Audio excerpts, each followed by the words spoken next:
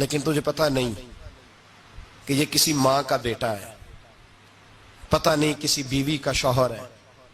ایک ہمارے دوست ہیں، بزرگ ہیں، ان کا داماد فوت ہو گیا، نشہ کرتا تھا، تو میں تعزیت کرنے ان کے گھر پہنچا تو کھڑے ہو گئے ہاتھ باندھ کے، کہنے لگے حضرت صاحب باقی ساریاں گلاں چھڑ دیو، صرف نشے تے تقریر کریا کرو۔ وہ جب جیتا تھا تو تب بھی اس کے بچے یتیم ہی تھے، یتیم ہی تھے۔ میری بیٹی جب میرے گھر آتی تھی اور میں اپنے پوتوں کے اترے کپڑے اسے پہننے کو دیتا تھا تو میرا کلیجہ پھٹتا تھا، اور میری بیٹی اس کی زندگی میں بھی بیوہ کی زندگی گزار رہی تھی، وہ میری بہوؤں کے اترے ہوئے کپڑے پہنتی تھی۔ کوئی دعا کرو، کوئی جلسے کرو، یہ لت ختم ہو جائے۔ اور کہنے لگا اب میرے وہ چلا تو گیا ہے، دادا دادی اس کے پہلے کوئی نہیں، چچا ہے کوئی نہیں، جب تک تو میں زندہ ہوں ان نواسوں کو کوئی روٹی کا لقمہ، کوئی کپڑا مل جائے گا، لیکن سوچتا ہوں میں بوڑھا ہوں، مر گیا تو ان کو کوئی پوچھے گا بھی نہیں، کون ان کی خبر۔ اتنا ظلم اس قوم سے، اتنی زیادتی، اور آرام سے لکھ کر لوگ گزر گئے کہ یہ 70 لاکھ ہے، ان کا درد تو سمجھو، تکلیف تو سمجھو۔ 7 فٹ کا سونا جوان اور نشے کا عادی ہے تو کسی نالی میں پڑا ہوا ہے۔ اور میں نے کہا اس قوم کے ساتھ اس سے بڑا بھیانک مذاق کیا ہوگا۔ کوئی دانشور تھا بڑا ظالم، اس ظالم سے کوئی مشورہ لینے آیا، اس نے آ کے کہا تو بڑا ظالم ہے، بڑے کڑوے مشورے دیتا ہے، میرا ایک دشمن ہے، میں اس سے بدلہ لینا چاہتا ہوں، میرا دل کرتا ہے اس کا بچہ قتل کر دوں تاکہ وہ تڑپے۔ تو ظالم نے کہا اسے قتل نہ کر، وہ تو اس کا باپ 2-4 مہینے رو کے چپ کر جائے گا، پھر میں سخت سزا دینا چاہتا ہوں، مشورہ دے۔ تو اس نے کہا اس کے بچے کو نشے پہ لگا دے، جس کا بچہ نشہ کرے گا وہ باپ روز مرے گا، روز جیے گا، وہ ماں روز مرے جیے گی، نشے پہ لگا دے۔ اس قوم کے ساتھ سب سے بڑا ظلم یہ ہوا کہ ملت کا جوان نشے پہ لگ گیا، ڈرگز پہ لگ گیا، اتنے تباہ حالات ہوئے کہ جوان چڑھتی جوانیاں، اماں نے کتاب دے کے بھیجا تھا، اور کالج سے واپس آئے تو نشے کے ٹیکے ہاتھوں میں پکڑے ہوئے، ٹیکے۔ اور آپ کے اس ملک کے اسلام آباد میں ایک دن میڈیا نے وہ خبر بھی وائرل کی اور وہ چیز بھی دکھائی لوگوں کو، 3 مہینے کا بچہ لے کے نشئی سڑک پہ آ گیا، اس نے کہا میرا نشہ ختم ہو گیا، میرا بچہ خرید لو، 2 پڑیاں دے دو۔ تو وہاں بیبیاں جو سن رہی تھیں وہ بھی چیخیں مار کے رو رہی تھیں۔ یہ ظلم کیا اس قوم کے ساتھ، اور کرپشن کی لعنت نے اجازت دی سپلائی کرنے والوں کو کہ گلی گلی بیچے، گلی گلی۔ انہوں نے کچھ تھوڑا ظلم نہیں کیا ان حکمرانوں نے، اور ہماری اپوزیشن اس کو نہ صرف اتنا پتا ہے کہ یہ جائیں اور ہم آئیں، اس سے زیادہ کوئی غرض نہیں۔ بھائی کرپشن کے خلاف نکلے ہو تم، نشے کے خلاف کس دن نکلو گے؟ جوئے کے خلاف کس دن؟ قوم تو مر رہی ہے نشے سے، اس کے خلاف میدان میں کب آؤ گے؟ صرف اتنا ہے کہ یہ جائیں اور ہماری باری آئے، اس سے زیادہ کچھ نہیں۔ جتنے مجرم وہ ہیں اتنے ہی تم بنتے جا رہے ہو، اس لیے کہ اصل بات پر نہ وہ آتے ہیں اور نہ اصل بات پر یہ آتے۔ بھائیو، میرے نبی پاک صلی اللہ تعالی علیہ وسلم، اور ایک اور تماشا ہے، یہ میرے پہ اللہ کا یہ احسان رہا، اس لیے نہیں کہ میں پرہیزگار آدمی ہوں، نیک ہوں، اس لیے نہیں، ویسے ہی اللہ بعض اوقات اسباب بناتا ہے، سبب بناتا ہے۔ مجھے نہ شراب کے رنگ کا پتہ ہے، نہ اس کی خوشبو کا پتہ ہے، نہ میں نے کبھی زندگی میں دیکھی ہے، یہ کرم ہے میرے حضرت صاحب کا، میں نے نہیں دیکھی، مجھے نہیں پتا کیسی ہوتی ہے، کچھ باتیں میں نے سنی ہیں۔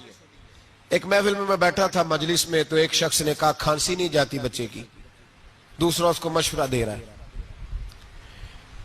کھانسی نہیں جاتی، بڑی دوائی دیسی بھی فلاں بھی بڑی کھائی، مشورہ دیا اس کو کہ تو اس طرح کر، اس کو نا شراب کے 2-4 چمچے پلاؤ، کہتے ہیں جی اس کو نا یہ پلاؤ تو صحیح ہو جائے گی۔ تو میں نے پلٹ کے اس کی طرف دیکھا، میں نے کہا کوئی عقل کر، کیا مشورہ کرنا؟ مولانا میرا تجربہ ہے۔ میں نے کہا تیرا تجربہ افضل ہے یا رسول اللہ کا فرمان زیادہ افضل ہے؟ تیرا تجربہ افضل ہے۔ حضرت ام سلمہ رضی اللہ تعالیٰ عنہ کہتی ہے میں نے عرض کی یا رسول اللہ صلی اللہ علیہ وسلم میری بچی بڑی بیمار ہے، تو مجھے کسی نے کہا ہے یہ تھوڑی سی نشے والی چیز ہے، یہ بنا کے تیار کر کے دو، صحیح ہو جائے گی، بیمار ہے بچی تو یہ نشے والی چیز ہے، اس کو تیار کر کے دو، تھوڑا نشہ ہے۔ اگرچہ بعض میں نے شروع میں کہا بعض لوگ مریض کو سخت مریض کو ایسی ادویات جو مجبوری بن جائے اس کی گنجائش اور اجازت دیتے ہیں. محتاط علماء تو اس میں بھی بہت ساری چیزیں پہلے بیان کرتے ہیں, لیکن اس نے کہا جی میرا نشہ دینا ہے شفا کے لیے. حضرت ام سلمہ کہتی ہے میرے نبی پاک نے میری طرف دیکھا, میری طرف, تو میں نے کہا یا رسول اللہ آپ کیا فرمانا چاہ رہے ہیں؟ تو نبی پاک نے فرمایا ام سلمہ کبھی ناپاک چیز میں بھی شفا ہوئی ہے, کبھی ناپاک چیز میں بھی, کبھی شراب اور خمر میں بھی شفا ہو سکتی ہے. شفا رب کریم نے رکھی ہے پر شہد کے اندر رکھی ہوئی ہے, شفا اللہ نے رکھی ہے قرآن مجید میں رکھی ہوئی ہے. تو اس میں بھی کبھی یہ حضور نے بیان کیا ہے کہ اس کے اندر شفا ہو سکتی, تو امت کتنی دلیری کرتی ہے جو یہ مشورے دیتی ہے کہ اس کے اندر نشہ ہے, شراب ہے, تو کھانسی چلی جائے گی تو فلانی بیماری چلی جائے گی. نہ آؤ ان چیزوں پہ, نہ اپنے ایمان کو خرابی دو, اور نہ ایسی باتیں کرو جس سے کہ ڈائریکٹ رسول اللہ صلی اللہ علیہ وسلم کے واضح ارشادات کی مخالفت ہو. میرے نبی پاک صلی اللہ علیہ وسلم نے فرمایا, اور پھر کچھ لوگ کہتے ہیں تھوڑی پی ہے جی. اب تو میں تجزیے میں پڑھ رہا تھا کہ ایسی شراب ایجاد ہو گئی ہے, لوگ شراب پیتے ہیں اور وہ مست بھی رہتے ہیں, کار بھی چلاتے رہتے ہیں, کہتے ہیں جی نہیں ہمارا ذہن معاف نہیں ہوا تو یہ والی صحیح ہے, نشہ نہیں لاتی. میرے نبی پاک صلی اللہ علیہ وسلم نے فرمایا جس چیز کی تھوڑی مقدار, زیادہ مقدار حرام ہے اس چیز کی تھوڑی مقدار بھی حرام ہے. جس کی زیادہ مقدار حرام ہے اس کی تھوڑی بھی. تو خمر اور شراب اگر فل پینا جائز نہیں تو تھوڑی پینا بھی جائز, یہ حرام ہے اور حرام تھی اور قیامت تک حرام ہی رہے گی. میرے نبی پاک صلی اللہ علیہ وسلم نے منع کیا اور حضور نے اظہار ناپسندیدگی فرمایا, فرمایا 40 دن تو عبادت ہی قبول نہیں ہوتی شراب پینے والے جب تک سچی توبہ نہ کرے. ایک دن صحابہ بیٹھے تھے سارے, حضرت ابو بکر صدیق بھی تھے, فاروق اعظم بھی تھے, عثمان غنی بھی تھے, ڈھیر ساری تعداد تھی صحابہ کی, سارے تشریف فرما تھے. حضرت عبداللہ ابن عمر رضی اللہ تعالیٰ عنہ حدیث کے راوی ہیں اور مستدرک للحاکم کے اندر, ابن حبان کے اندر یہ روایت موجود ہے. فرماتے صحابہ نہ بات کر رہے تھے, اور بات یہ کر رہے تھے کہ یار لوگوں کو گناہوں سے کیسے روکا جائے, لوگوں کو گناہوں سے گفتگو صحابہ یہ کر رہے تھے. عبداللہ ابن عمر کہتے ہیں بیٹھے تھے اور یہ گفتگو کر رہے تھے کہ گناہوں سے پلاننگ جی ہوتی تھی, ان کی جو محفلیں ہوتی تھی نا بیٹھ کے, وہ خوش گپیاں نہیں ہوتی تھی بلکہ وہ تبلیغ کی, جد و جہد کی, لوگوں کو برائی سے منع کرنے کے لیے بیٹھتے تھے, اس پر منصوبہ بندی کرتے تھے, پلان کرتے تھے, آگے ترتیب دیتے تھے.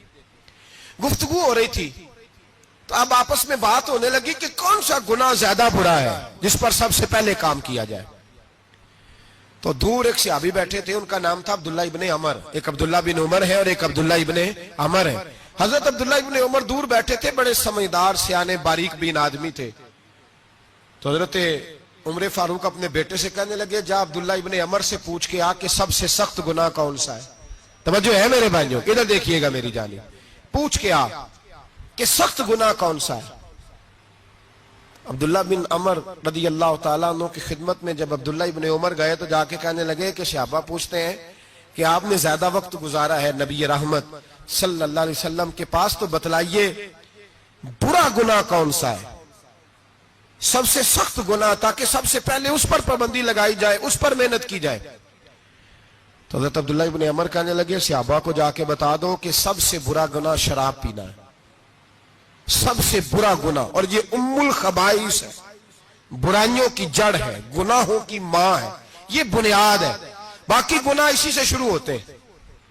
کہتے ہیں میں نے آ کے بتایا تو حضرت ابو بکر صدیق رضی اللہ تعالیٰ عنہ سیدنا فاروق اعظم کہنے لگے خود جاتے ہیں, ان کے پاس خود جاتے ہیں, چونکہ ہم نے بات سننی ہے ہم خود جاتے ہیں اور ان سے جا کر کے سوال کرتے ہیں کہ اگر آپ کو اس تفصیل کا پتہ ہے نا تو اس کے پیچھے بھی کوئی تفصیل ہوگی جو میرے نبی پاک نے بیان کی ہوگی صلی اللہ تعالی علیہ وسلم, اس تفصیل کا بھی آپ کو پتہ ہوگا جو نبی پاک نے بیان کی ہوگی, اس بات کے پیچھے جو بیک گراؤنڈ ہے, جو پس منظر ہے.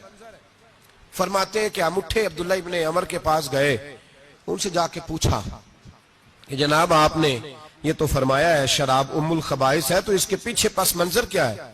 تو عبداللہ ابن عمر کہنے لگے یہ میں نے اپنے پاس سے نہیں کہا, یہ میں نے نبی پاک سے سنا ہوا ہے حضور سید عالم صلی اللہ علیہ وسلم بیٹھے تھے تو حضور نے فرمایا شراب یہ نشہ یہ برائیوں کی ماں ہے. اور پھر حضور نے ایک مثال بیان فرمائی.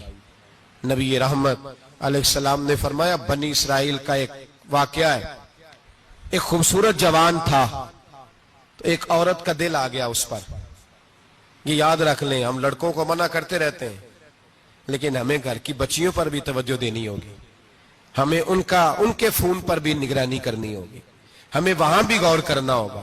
اس لیے کہ اگر کوئی بچی گنجائش نہ دے تو میرا خیال ہے کہ لڑکا جرت کرنے کی طاقت نہیں رکھتا. تو وہاں بھی ان کی اماں سے کہے کہ پابندی لگائے, بچی کسی کا موبائل لے کر کے کہیں اس کو استعمال تو نہیں کر رہی, اس پودے پر بھی توجہ دے, درخت بننے سے پہلے اس کی بھی نگرانی کریں, یہ بھی بڑا ضروری کام ہے.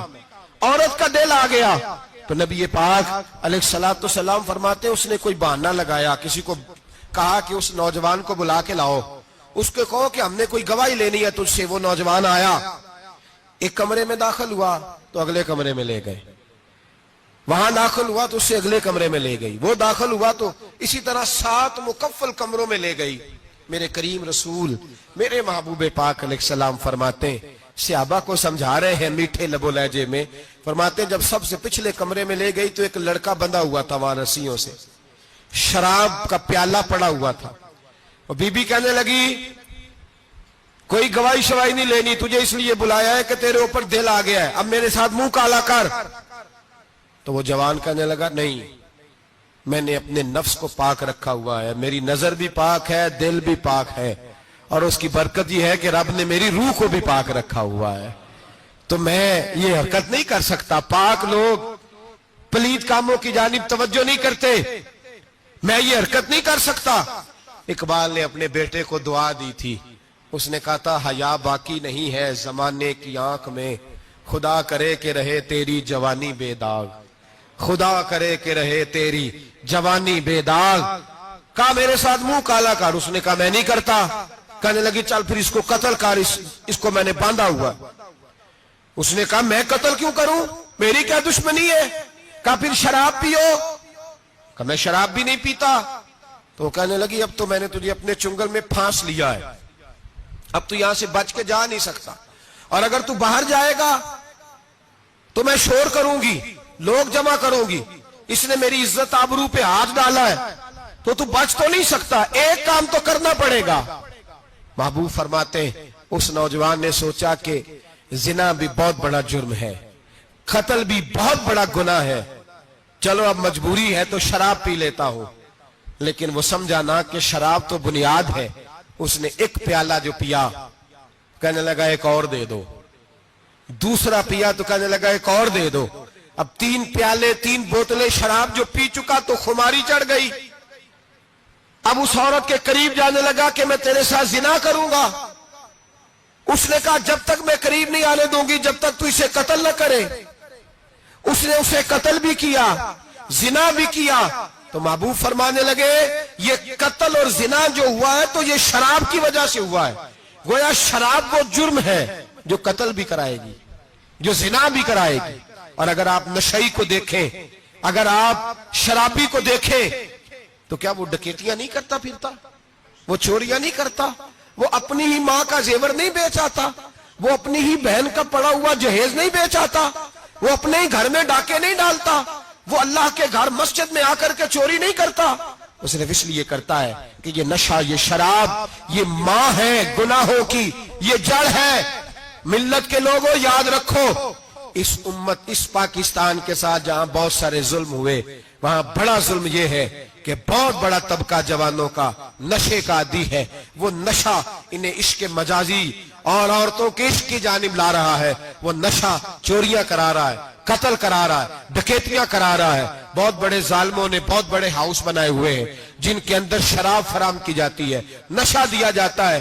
میں نے تو ایسے ایسے لفظ سنے کہ الیکشن کے دنوں میں ووٹ لینے کی خاطر سیاستدان انہیں نشہ فراہم کرتے ہیں, انہیں باندھ کے رکھتے ہیں, روز تمہیں پڑیا ملے گی, ووٹ ہمیں ڈالنا. اتنا ظلم, اتنی زیادتی, اتنا جبر, ایک انسان کے ساتھ کھیلنا. لوٹ آؤ, پکڑو ان کا دامن, اپنے گھروں کو بچاؤ, اپنے دوستوں کو بچاؤ. جاگو جاگو امت کے لوگوں جاگو. میرے نبی پاک صلی اللہ علیہ وسلم کے کلمہ گو لوگوں کو بچاؤ. ان پر اگر سختی کرنی پڑتی ہے تو کرو, پیار کرنا پڑتا ہے تو کرو, محنت کرو, جدوجہد کرو.